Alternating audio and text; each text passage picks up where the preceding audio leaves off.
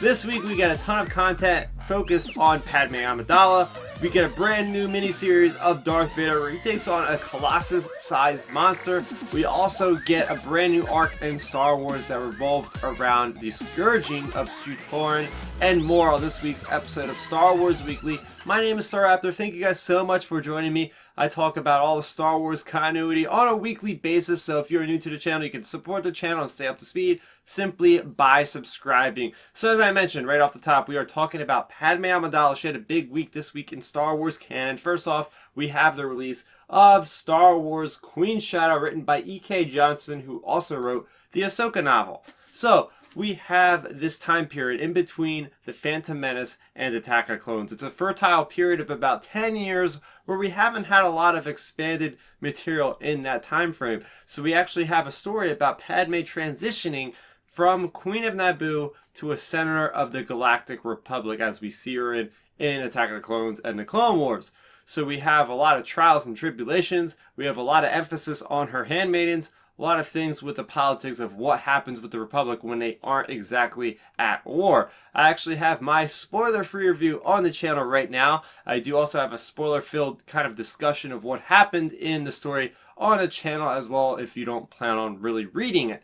So, with that being said, I want to talk a little bit more about Padme Amidala, and thanks to Marvel, I can do that because for the Age of Republic series of one-shots, we got a Padme Amidala story titled Padme Amidala issue number 1. So, unfortunately, the cover doesn't really match what the story has in store for us, but that's okay because the story was really good on its own anyways. So we have the story, it's set during the Clone Wars. Padme and 2 of her handmaidens, they go on this clandestine mission that isn't known by the Jedi, it isn't known by the Galactic Republic. She is trying to sway a neutral planet into the protection of the Republic, for the CIS is continually getting more planets, straining on the Republic. They need more allies. So they go to this planet. Next thing you know, they are ambushed by an assassin, and well, they find out that the leader that they were going to work with unfortunately got killed by this assassin, so they have to deal with this other guy. But this entire issue is just basically about Padme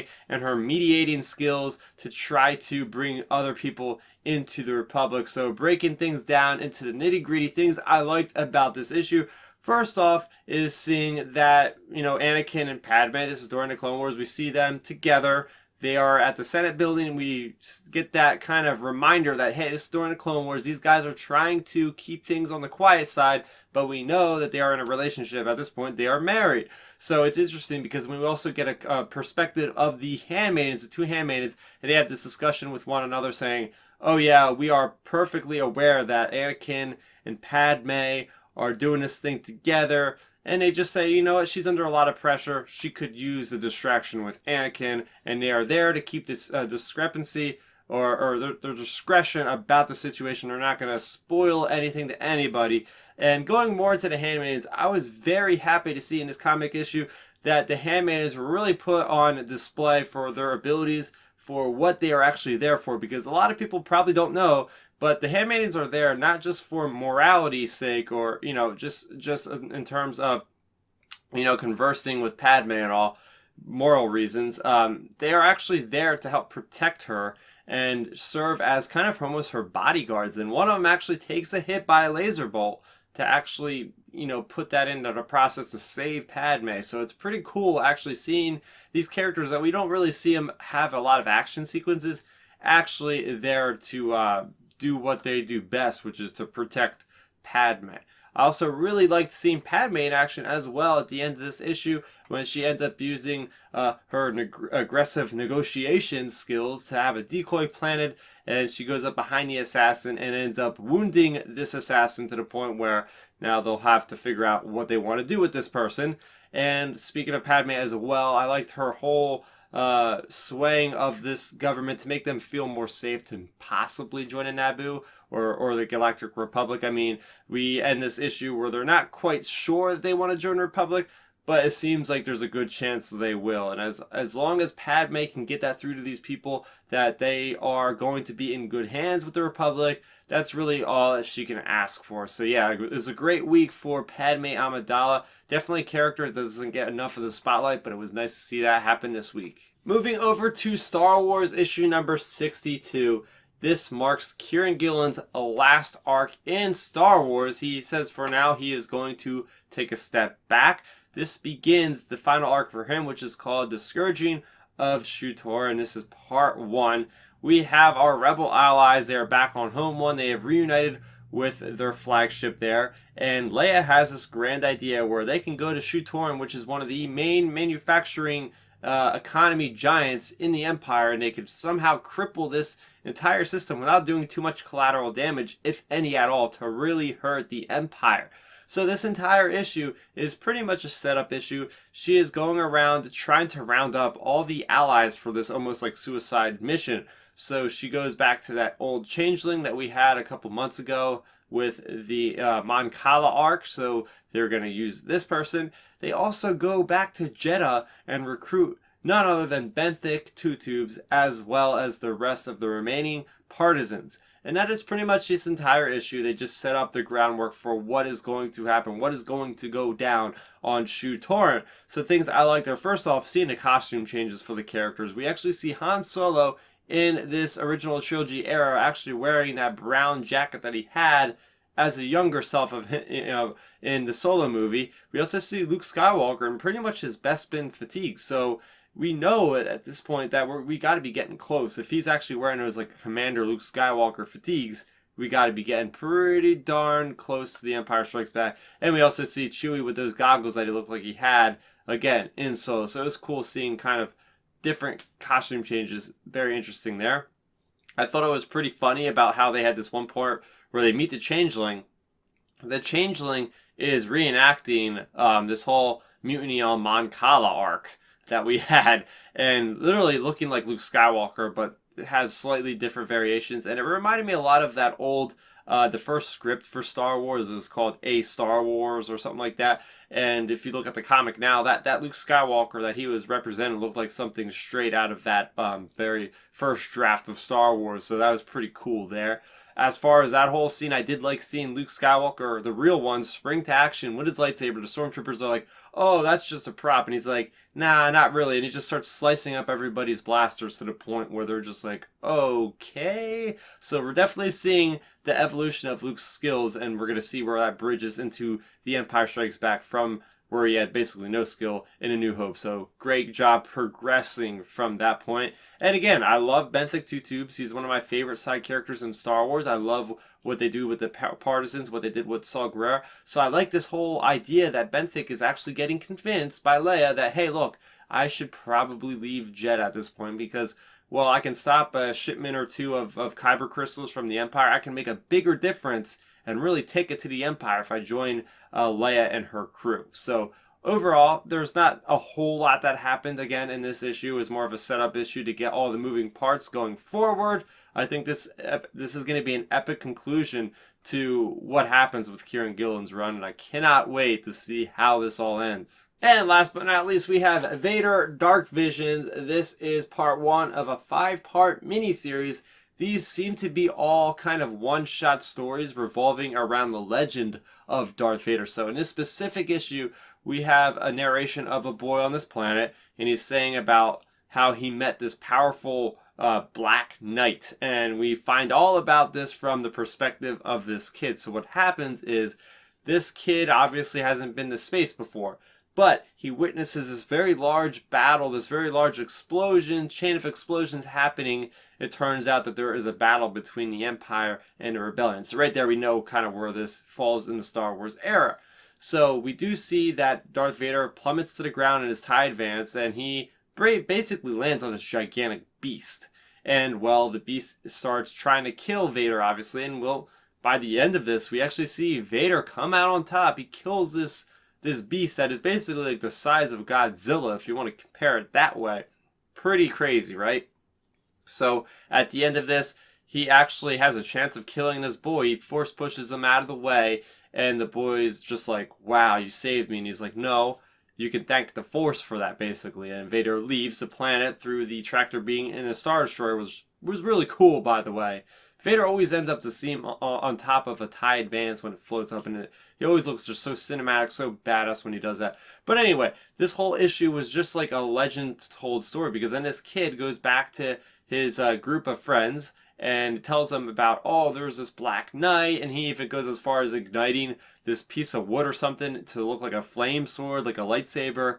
So it was really cool. So first off, I really like the world building in this story. So there's this planet. The people, they sometimes go to the surface, but most of the time they live in tunnels underground. And it's because we find out in this story that this thing called the Ender, this big-ass Godzilla thing, will just go around and destroy everything. So apparently this used to be a very opulent, a very high-tech savvy type of location, because you could see the ruins all over. There's husks of skyscrapers and lots of technical type of buildings, and that has all gone to the wayside, probably mostly because of this beast. So we got this backstory about this beast causing all this havoc, so I thought that was pretty awesome. I liked seeing Vader as a legend, as a hero, as somebody that something that somebody's actually looking up to. Like, we never actually see that. Well, I guess we kind of do with the sequel trilogy with Kylo Ren kind of worshiping Vader. But to see somebody that's not even connected through a family lineage or have any kind of inclination of what Vader actually is, it's really cool to see, like, the different side of things. Like, oh, the Empire, they can actually be viewed as the saviors, or this Sith Lord, he actually saved my life, but was it really him saving his life, or he just kind of wanted to set it up so that these guys would get controlled by the Empire later on down the road? So that to me was pretty awesome. I mean, I cannot talk about this issue without talking about the absolute carnage that Vader unleashes.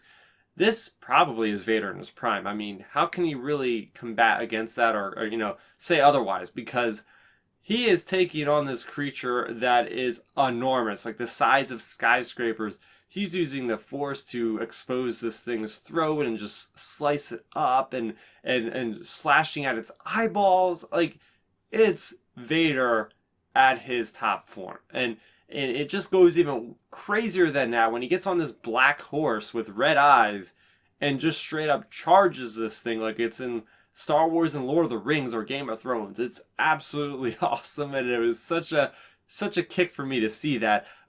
Even the title page of this story looked really different than anything else we've seen with Star Wars, like, where it lists the writers and the artists and all that. That looked really cool as well, different kind of style for that. So yeah, I didn't know how I'd feel about this going into it, but I am so hooked on this series already. I really like the idea that it's 5 issues of 5 different kind of adventures that are all one-shot stories of Vader and how Vader actually affects this person. It's from that person's point of view. And going back to New York Comic Con in October of last year, we thought that Chuck Wendig was going to do a series, and they announced it. We all thought he was, and he got canned because, well, lots of problems with different things between him and Marvel. But I think this is kind of like the spiritual fill-in for that. It seemed like this is kind of almost the same sort of premise. But I'm really hyped about the next issue here. Moving over to TV, we are getting near the end of Star Wars Resistance. We just had the release of Season 1, Episode 18, titled Descent. So we have our friends in the Resistance on the run. I don't want to talk too much about this because it can potentially spoil it for those of you that are planning on watching it very soon, which I highly recommend. So you can actually check out my review on the channel right now. Moving over to my questions of the week, the first one comes to me on YouTube from Cam Carroll. He says, sounds like you really have loved the route Disney has taken with the new canon, as have I. But what is one thing in the new canon that you wish we get to see but didn't, or something that has happened that you would have tweaked or eliminated completely, whether it be larger or smaller detail? Great video as always, and Cam Carroll always puts awesome input on my videos, so you guys can just do the same, hashtag Star Wars Weekly, and you can have your question answered by me. So getting into this question, this is an excellent question, really is making me think hard for sure. As far as like books and stuff, it's hard to say. It really is hard to say because we know that a lot of this stuff is going to get filled out. And my concern is basically the time between Empire Strikes Back and Return of the Jedi. that had one of my favorite multimedia releases of all time in Shadows of the Empire. And we are getting a story in Age of the Rebellion with Leia #1, which is going to have a story about her getting used to the armor of Boushh, the bounty hunter. So I really want to see Dash Rendar. I would still like to see Prince Xizor, although a lot of people are saying, he probably wouldn't work in this era of ours right now, with everything being politically correct and all that kind of stuff.